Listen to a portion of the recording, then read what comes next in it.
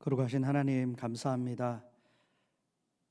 오늘 5월 3일 저희들에게 허락하여 주시고 이렇게 하나님 앞에 예배 올려드릴 수 있도록 세워주시니 감사와 영광을 올려드립니다. 하나님께서 기뻐 받으시는 예배 되게 하시고 또 하나님 앞에 우리의 마음을 다 드려서 기도하며 주님의 은혜를 간구하는 시간 될 수 있도록 인도하여 주시옵소서. 쏜살같이 지나가는 시간을 살아가는 저희들 주님 만날 날을 기대하며 깨어 기도하며 주님을 배울 날을 준비하는 그런 귀한 삶 될 수 있도록 인도하여 주시옵소서. 말씀으로 친히 역사하여 주시고 또 기도로 주님 살아계심을 드러내 주시어서 주님을 만날 수 있는 복된 시간으로 함께 하실 우리 주님을 기대하며 거룩하신 우리 주 예수 그리스도의 이름으로 기도합니다. 아멘.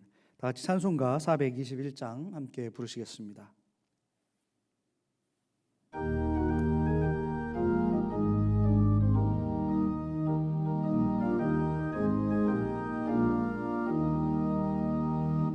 내가 예수 믿고서 죄 사함 받아 나의 모든 것 다 변했네. 지금 내가 가는 길 천국길이요 주의 피로 내 죄가 씻겼네. 나의 모든 것 변하고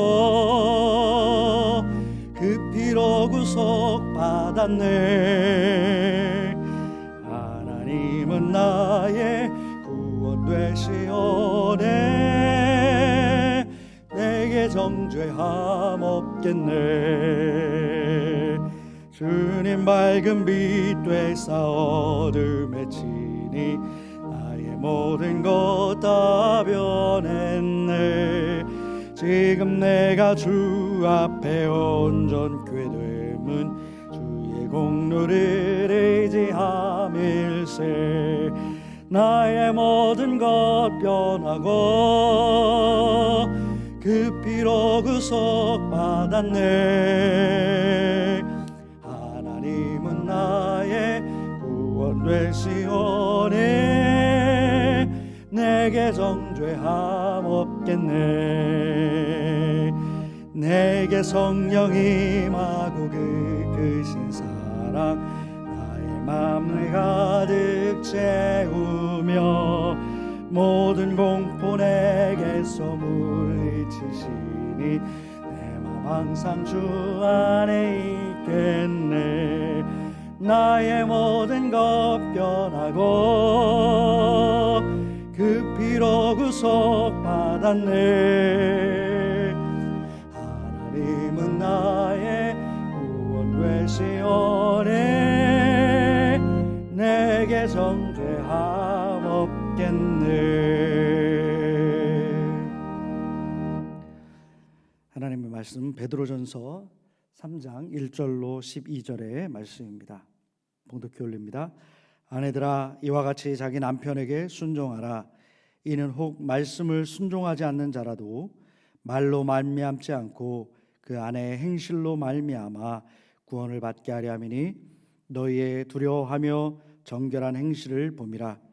너의 단장은 머리를 꾸미고 금을 차고 아름다운 옷을 입는 외모로 하지 말고 오직 마음에 숨은 사람을 온유하고 안정한 심령에 썩지 아니할 것으로 하라. 이는 하나님 앞에 값진 것이니라. 전에 하나님께 소망을 두었던 거룩한 부녀들도 이와 같이 자기 남편에게 순종함으로 자기를 단정하였나니 사라가 아브라함을 주라 칭하여 순종한 것 같이 너희는 선을 행하고 아무 두려운 일에도 놀라지 아니하면 그의 딸이 된 것이니라.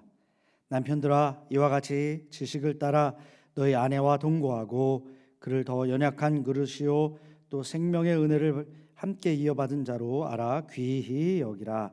이는 너희 기도가 막히지 아니하게 하려 함이라. 마지막으로 말하노니 너희가 다 마음을 같이하여 동정하며 형제를 사랑하며 불쌍히 여기며 겸손하며 악을 악으로 욕을 욕으로 갚지 말고 도리어 복을 빌라. 이를 위하여 너희 부르심을 받았으니 이는 복을 이어받게 하려 하심이라.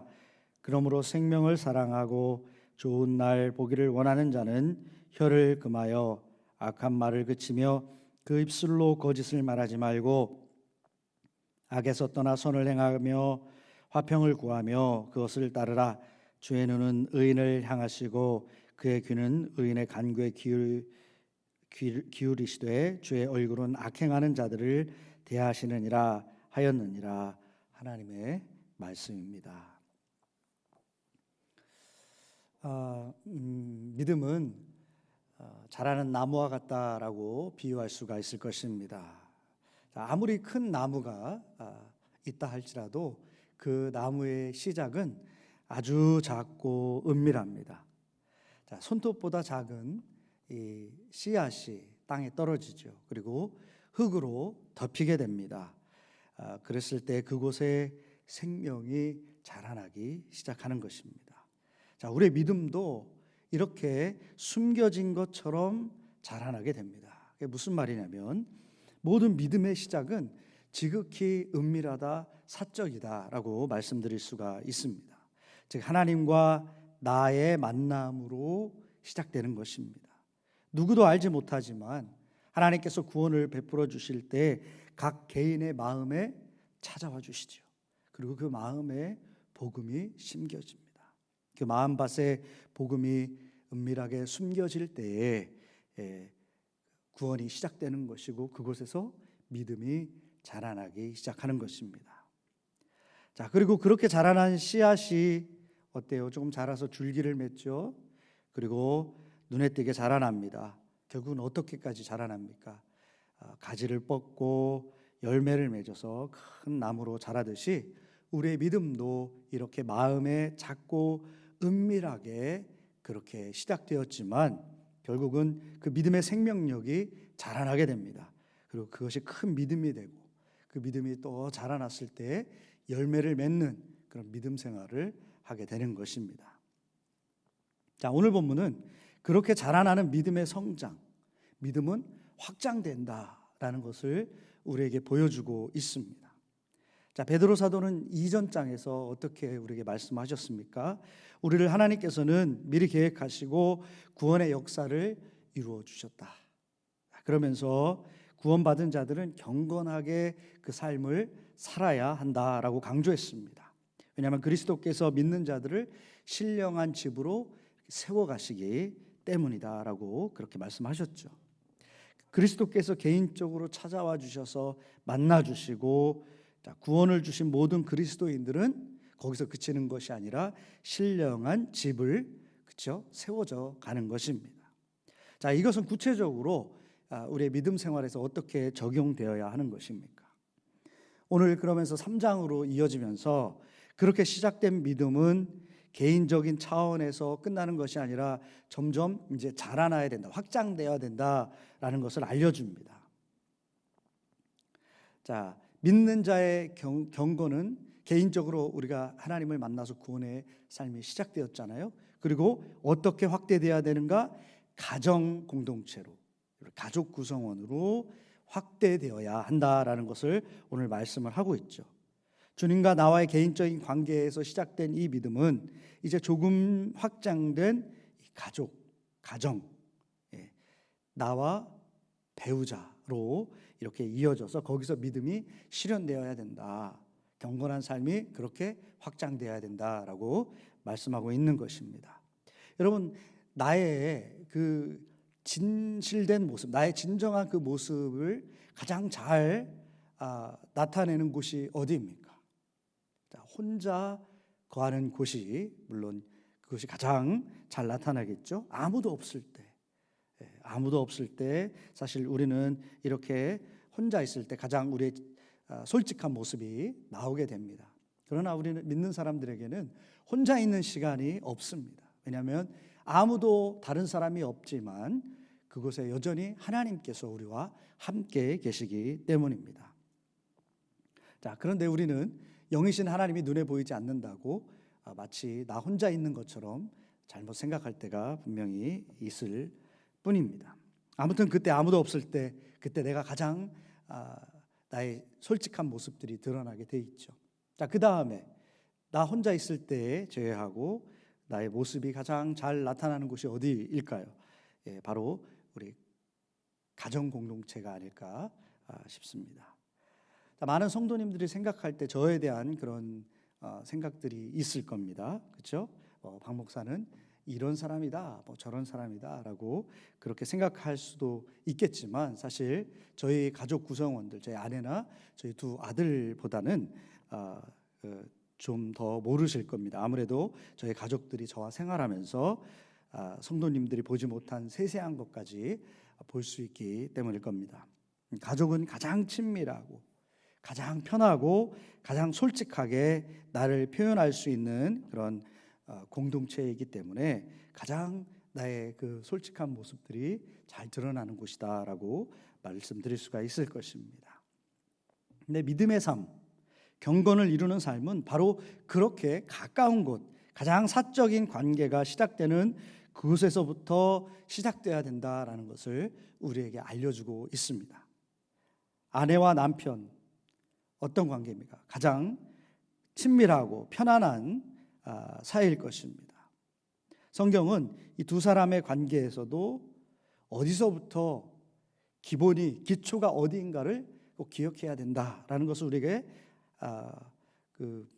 깨닫게 해주죠. 바로 하나님과 나와 시작된 그 믿음의 관계에서 자라난 것이다. 그래서 나와 하나님과의 관계 속에서 나와 남편 또 나와 아내 이 관계로 이어진다라는 것을 우리는 꼭 기억해야 합니다. 나무가 뿌리가 없이 줄기가 세워지지 않는 것처럼 나와 하나님과의 그 구원의 관계 그것이 뿌리가 되고요. 그 안에서 그 위에서 바로 가정이 자라나고 가정이 세워져야 한다는 것입니다. 그래서 베드로 사도는 그리스도인 아내들에게 이렇게 말씀으로 권면을 합니다. 자기 남편에게 어떻게 하라? 순종하라 라고 말씀을 하죠. 자, 여성분들은 이 말씀을 들을 때 별로 그렇게 유쾌하지 않죠. 왜 순종해야 돼? 내가 종이야? 이렇게 생각할 수도 있습니다. 불편하게 들릴 수도 있습니다. 요즘은 더더욱 여성의 권위가 이렇게 많이 신장된 이런 상황 속에서 이런 말씀은 그 옛날 가부장적인 그런 시대 속에서 쓰였던 것이 지금과는 상관없어라고 그렇게 여길 수도 있을 것입니다. 그런데 오늘 이 말씀은 그냥 문자 그대로 순종, 무엇에든지 순종하라.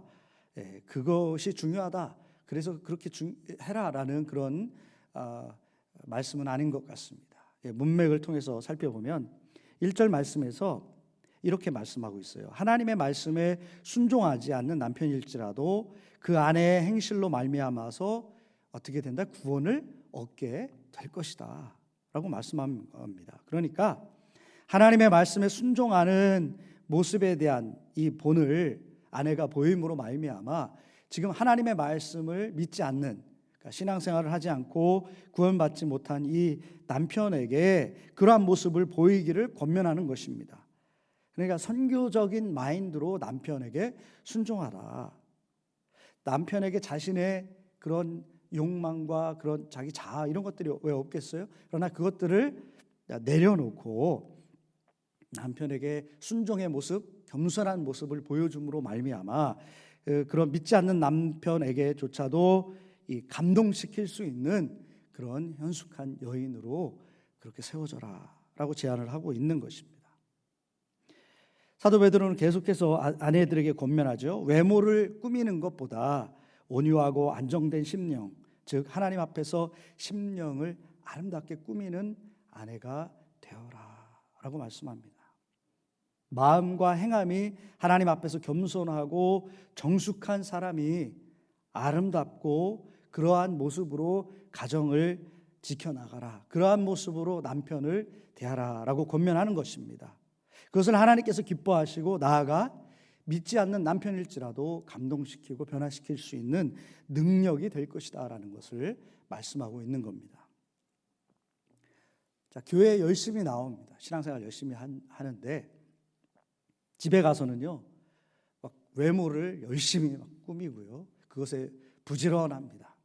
그런데 말과 행실로 또 나아가서 남편을 이렇게 업신여기고 섬기지 못하는 그런 삶을 살게 된다면, 그리고 더군다나 그 남편이 신앙생활을 하지 않는 남편이라면 어떨까요?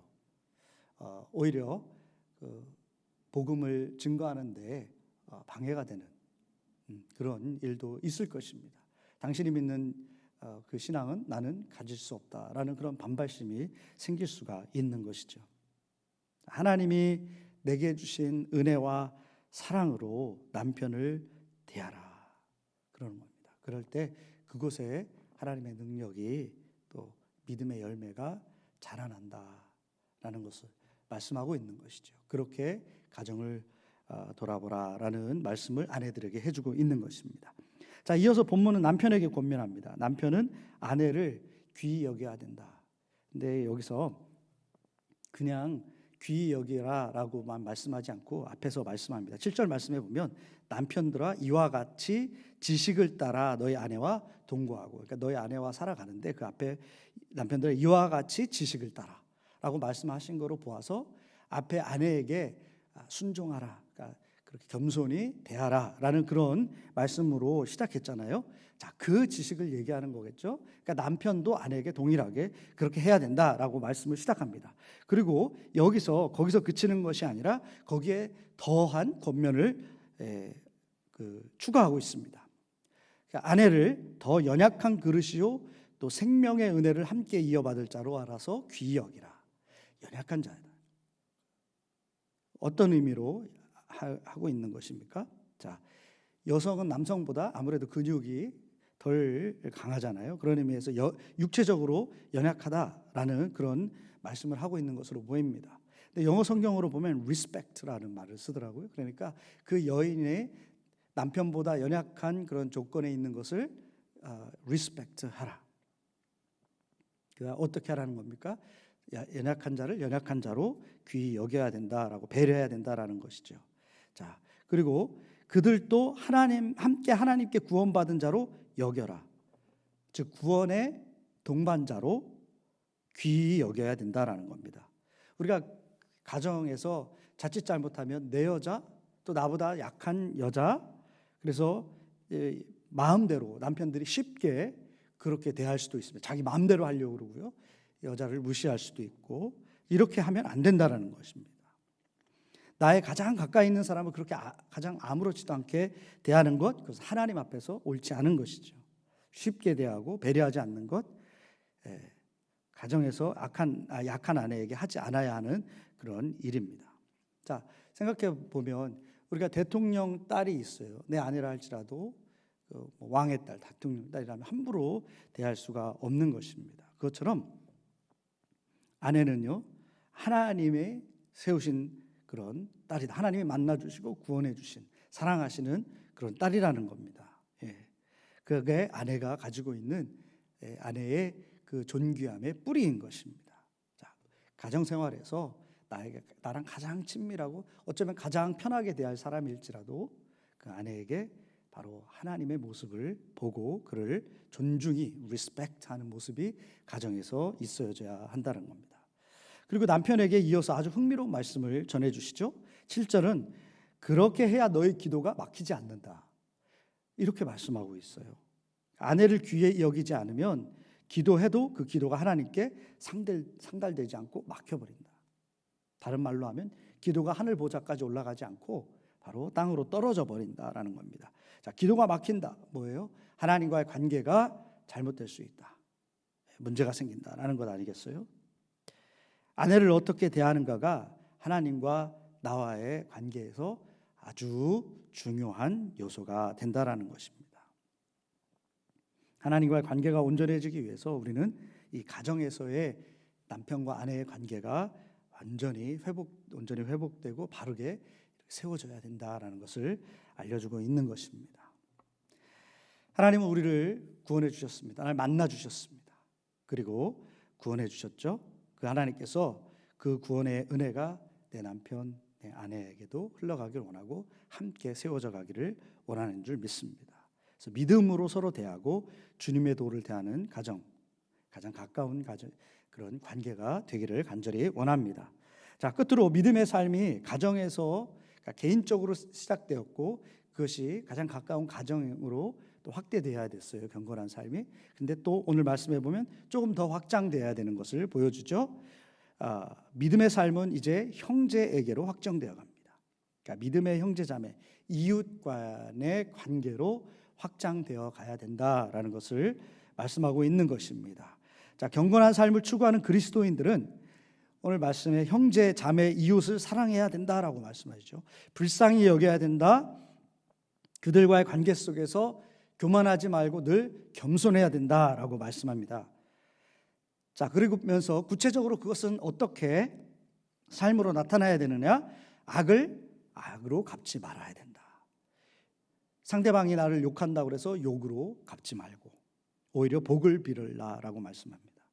복을 비는 그 입술로 악한 말을 하지 말고 또 거짓말을 하지 말라. 오직 선하고 화평을 추구해야 된다라고 말씀하고 있습니다. 이 말씀을 보면 이 경건의 삶 확장되면 확장될수록 더 큰 도전이 다가옵니다. 우리는 까닭없이 욕을 얻어먹을 수도 있고요.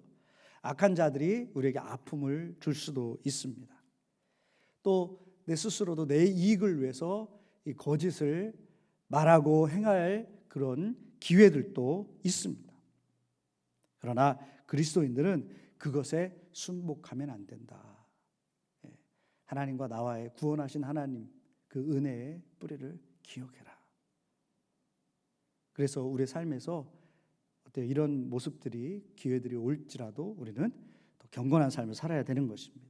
오직 하나님의 의를 위해 사랑으로 행하여야 되는 것입니다. 오늘 말씀 12절에서 이렇게 말씀합니다. 주의 눈은 의인을 향하시고 그의 귀는 의인의 간구에 귀를 기울이시되. 자, 모든 도전이 다가올 때 우리는 주님을 기억해야 하는 것입니다.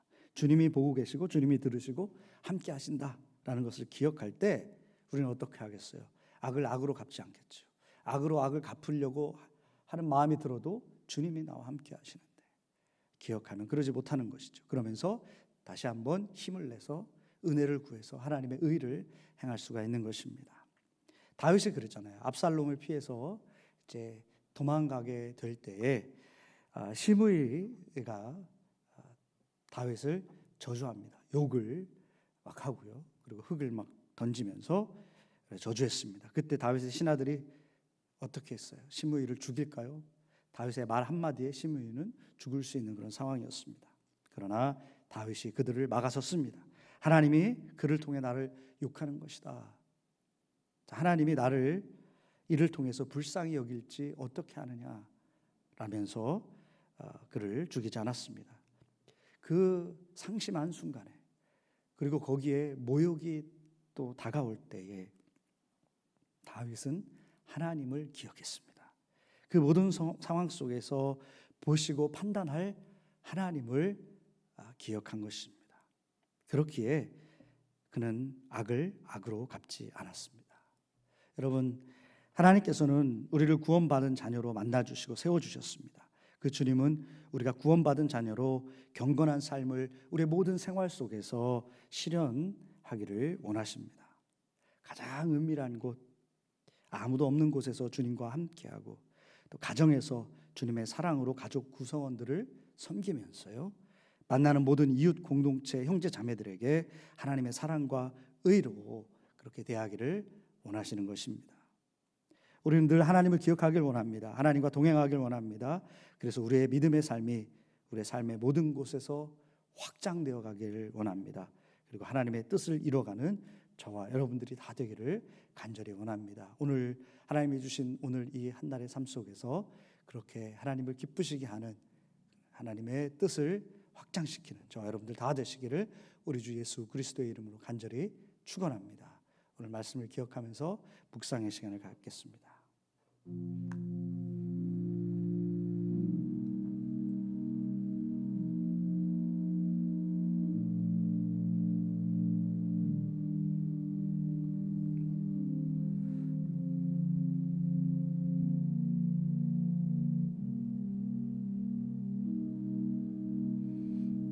하나님, 우리에게 가정 공동체를 주셔서 감사합니다. 우리 가정에서 가장 친밀하고 가장 쉽게 대할 수 있는 가족 구성원들은 각자가 하나님 앞에 깊은 뿌리를 두고 구원받은 백성임을 깨닫게 하시고, 하나님을 대하듯 서로를 사랑하며 존귀히 여기며 존중하며 또 섬길 수 있는 우리 모두가 되도록 인도하여 주시옵소서. 그래서 우리 가정 공동체부터 하나님의 뜻이 실현되기를 간절히 원합니다.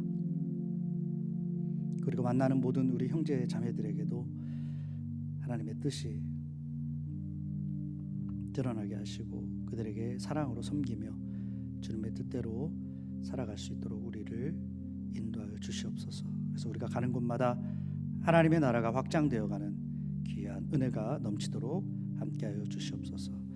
이제는 우리 주 예수 그리스도의 은혜와 하늘아버지의 놀라우신 사랑과 성령의 감화 감동 역사 충만하심이 오늘도 주의 뜻대로 순종의 걸음, 거룩한 삶을 살기로 결단하고 나아가는 우리 성도님들 머리 위에 이제부터 영원토록 함께하여 주시기를 간절히 축원하옵나이다. 아멘.